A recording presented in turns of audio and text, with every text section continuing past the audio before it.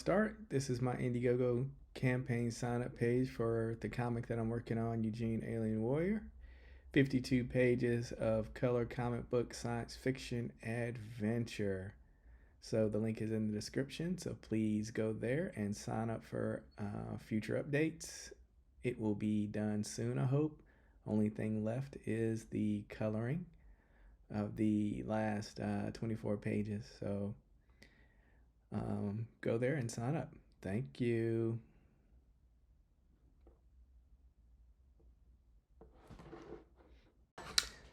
Hello and welcome back to Mythogenesis Studios. And the title of this video, or the subject I guess, is about is it representation or is it characterization? And for the last few years there's been a lot of, I guess, focus on representation in media and less focus on characterization. And for me, most of the focus on the characters that I like or grew up with is more on the character versus what's represented. Because for me, like even with Luke Skywalker in Star Wars, I identified with the character. And one of the reasons is because I grew up on a farm. I was outside of the city limits.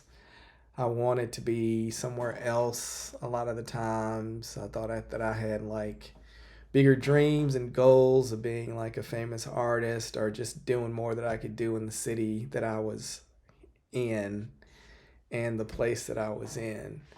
So when Luke Skywalker was in Star Wars and he went out and he just stood there and he looked at those twin suns of Tatooine and just kind of looked down and looked back up, I felt that characterization. I identified with Luke Skywalker and what he was feeling and what he wanted to do and how he felt kind of trapped in the situation that he was in, being away from everything and all the excitement and trying to hear stories of the rebellion and I guess the Empire and all of that. One of my other favorite characters is Thor, and Thor is nothing like me at all, but I love the character of Thor. He's bold, he's brash, he rushes in without thinking. He's a hero, but he's nothing like I am per se. But it's especially being a kid or a teenager, it's something that you want to be. Is that guy that when danger happens, you rush into the room, you rush into the situation, you're fighting the bad guy or the villain or whatever's going on in that situation to protect people and give people time to get away or just defeating the threat in general. So that's why Thor is one of my favorite characters. He's got a big hammer, so enough said pretty much with that. And of course, the character of Spider-Man and Peter Parker, which everybody identifies with at some point, and in multiple countries and across multiple cultures, Peter Parker is like the character that like so many guys identify with. Because he's kind of like the nerdy guy. People make fun of him, even though from reading earlier comics that I've been collecting, Spider-Man comics, Peter always had, pretty women around. Gwen Stacy and Mary Jane, and I think even in the 70s he was dating a black girl for a while. So Peter's always kind of had women around. So I don't know where we get this myth that Peter was so dorky and stuff around women, but yeah, we know he had job troubles and money troubles and was always trying to keep Aunt May and himself afloat with money and get ahead. But he's a character just based on those things that everybody can identify with.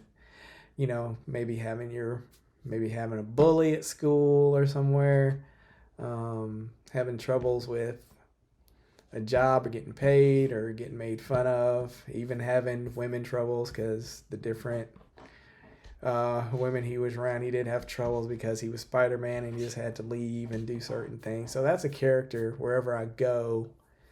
when I travel that I see little kids wearing is Spider-Man and Captain America and Iron Man. So those characters, um, even though they're different from those cultures, they identify with the character that's there. Let's see, even with Storm, that's another one of my favorite characters. That's part of the X-Men and has been the leader of the X-Men from time to time. It's a character that I like.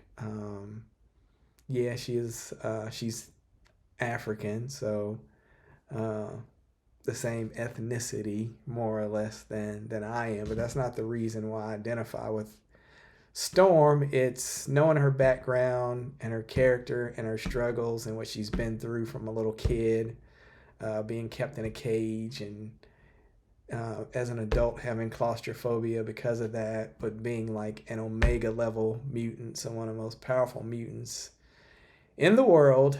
So that's another character that I identify with, not for the representation, but because of who she is. I mean, Indiana Jones, I identify with that character. Even though I'm nothing like him, I have an interest in archaeology. And when I was a kid, I was like, I want to grow up and be like Indiana Jones. It's not about the ethnicity of the character or representation. It's like Indiana Jones is a cool character. I mean, he's in the classroom as a teacher, but he also gets to travel around and have adventures and find all these treasures and lost historical things. And I mean, it's just an exciting, adventuresome life. And when I have the heroes or the things that I'm interested in, it's not so much being represented. It's just like, is this a cool character or is it not? And that's all I really care about. I mean, even like Wolverine, I don't have anything in common with Wolverine, but he's a cool character. He's short. People make fun of him. They don't know that he has an adamantium skeleton or claws. But guys that are bigger than him always mess with him because he's so short. But they mess around and find out that he's not the guy to mess with. So, I mean, if you're not a big guy, that's like a fantasy that you might have, is even though you're short, being able to take out bigger guys that are messing with you. So Wolverine is a character that you can identify with. And in the past, before they revealed so much about his past, you empathized with, because he couldn't remember his past. There were gaps in it. He wanted to find out what was there, even though it was painful physically and mentally to remember that past. So to me, it was a kind of a mistake for them to tell so much about his past and do the miniseries and all of that. So I just thought that was a mistake. And for something that's even non-human that I like Godzilla. Nothing in common with that, but just a cool character. So when it comes to comic book characters, is it really representation? Do they have to look like you? Or can they just be a cool comic book character that everybody likes, that works for a multiple of I guess ethnicities and just across the board, because those are really the best characters that everybody can identify with the internal traits of that character, not the external traits, but it's more the internal traits of a character, because anybody can identify with that character and their struggles and their, whenever they win, when they're defeated, when they get, when they have their struggles and they're beat down, because that's a lot of people just in their regular lives. And so yeah, I just wanted to put that out there as far as is it representation or just the characterization, because I identify with the characters that I like more, with the character traits of that character more than anything. And that's what I would like to try to create myself in my own comic book that's coming out soon, that's being colored right now. So yeah, so that was just my little discussion and rant. So let me know what you think in the comments below, and I will talk to you next time.